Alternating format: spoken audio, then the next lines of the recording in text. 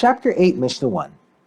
This Mishnah gives the source for the last law of Chapter 7, Mishnah 2, namely that the Kohen anointed for war must use Hebrew for the speech he gives to the soldiers before they go into battle. The Kohen who was anointed for war, when he spoke to the nation, would speak in the holy language, Hebrew, because it is stated in Deuteronomy chapter 20, verse 2, "It shall be when you draw near to the battle, the Kohen shall approach," which refers to the Kohen anointed for war, "and he shall speak to the people," which teaches that he must speak in the holy language.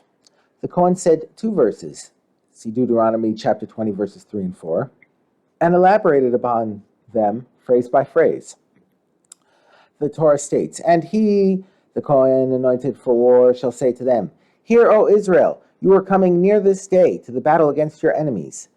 To this the Kohen added, "Against your enemies and not against your brothers." For example, this is not like the tribe of Judah fighting against the tribe of Shimon, and it is not like the tribe of Shimon fighting against the tribe of Benjamin, who, if you fall into their hands, will have mercy on you. As it is stated regarding the battle between the southern kingdom Judah and the northern kingdom Israel, the men of Israel who had been mentioned by name arose, and they took the captives of Judah, and all who were naked among them they clothed from the spoil. And they clothed them, and they gave them shoes, and they gave them food and drink, and they anointed them. And they mounted on donkeys all those who stumbled, and they brought them to Jericho, the city of palms, to their brothers.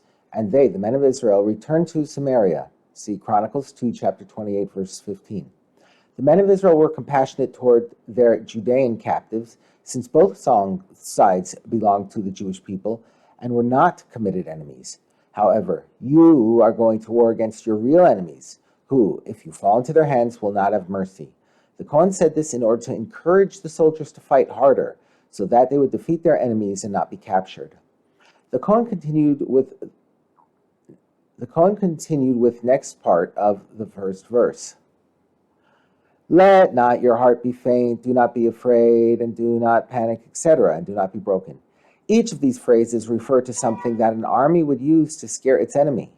"Let not your heart be faint," from the neighing of horses and the flashing of swords. "Do not be afraid of the clashing of shields and the many kalgasin, a type of weapon. Do not panic from the sound of horns. Do not be broken by the sound of the enemy's shouts." The Kohen continued with the next verse. "For it is Hashem your God who goes with you," etc. To this the Kohen added, "Our enemies come with the power of flesh and blood, but you come with the power of the Almighty."